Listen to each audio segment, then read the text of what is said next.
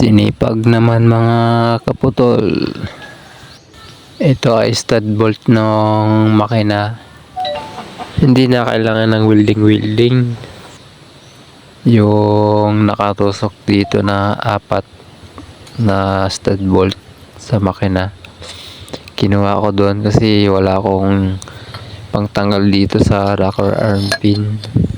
Ayan, kuha lang kayo ng spacer na mahaba. Ito yung sa akin spark plug wrench ng pangtanggal ng spark plug. Tapos lalagyan nyo lang ng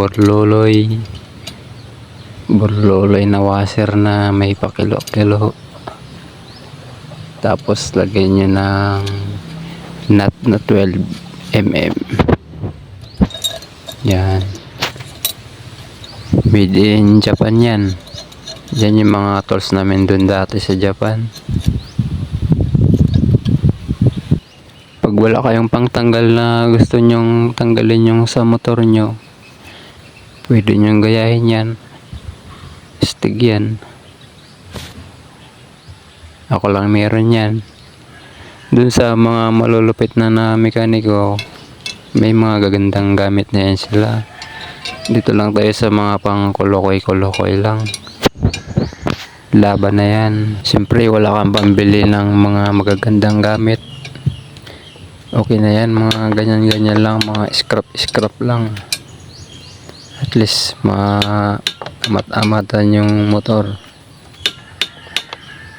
Yan, ikot-ikotin nyo lang ng ganyan mga idol, hanggang sa mahila yung rocker arm pin. Paangat. Ilang buwan na akong namumroblema dyan ng pangtanggal.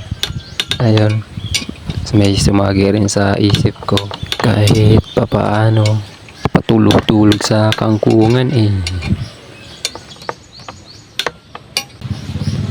baguhin na naman natin yung spacer mga idol, kasi umangat na yan dyan.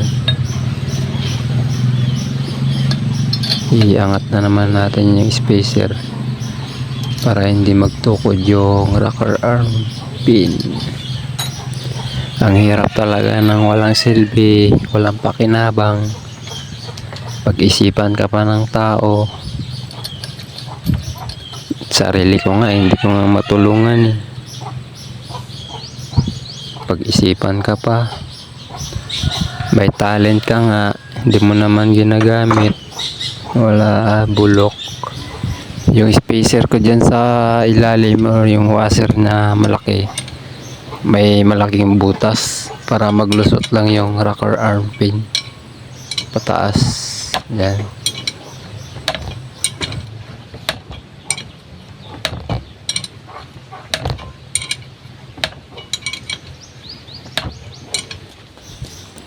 Ayun, natanggal na natin mga idol. Yan, yung sa dulo na yan. Natanggal na yung tinik sa lalamunan ko, ay tinik sa motor. Pinahirapan niyan ako. Grabing bad trip ko na yan dyan nakaraan, wala akong pangtanggal. Ginamartilyo ko na yan nakaraan. Buti na lang may anting-anting. Charot. Natanggal ko na yung rocker arm. Valve spring na naman tayo mga idol.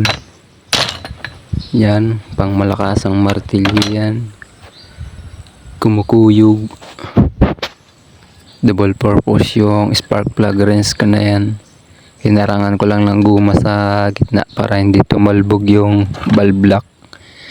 Kapag yun ang nawala, mahirap na, goodbye. Mawala lang babae, wag lang yun. Nako, kala mo may babae, wala rin naman. Wala nga akong babae. So yun, natanggal ko na mga idol ang valve spring at saka valve lock. Aandar ka rin pag nagkapira yung amo mo. Nagkakanda, malas pa ngayon baklas lang muna para sunod kabit na lang diretso. Ito na mga idol, check na natin kung ano talaga yung pinaka problema niya. yung naging problema niya kung bakit siya singaw. Mamaya check natin sa salamin kung may tama ba talaga siya. Naduduling yung mata ko eh. Paikutin natin mga idol kung tabingi. Parang tabingi nga siya. Nag-overheat kasi ito noon nung eleksyon ng barangay, pagkumpanya. Natuyuan ng langis. Tapos pinagawa ulit sa labas. Siguro hindi na check ulit. Baka sinalpak lang kaagad. Ganun.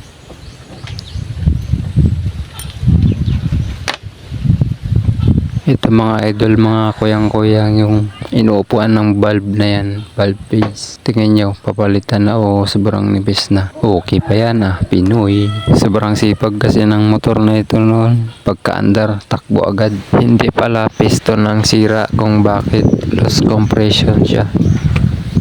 Kuha tayo ng salamin mga idol. Papagulungin natin dito yung engine valve. Para sigurado. Yan. Uy, may tama nga. Laki ng tama niya. Kilo-kilo. Palong-palo. Kailangan ng palitan mga idol siguro. Pag nagkapira ulit, baka mga next year pa bago natin ito mapaanda.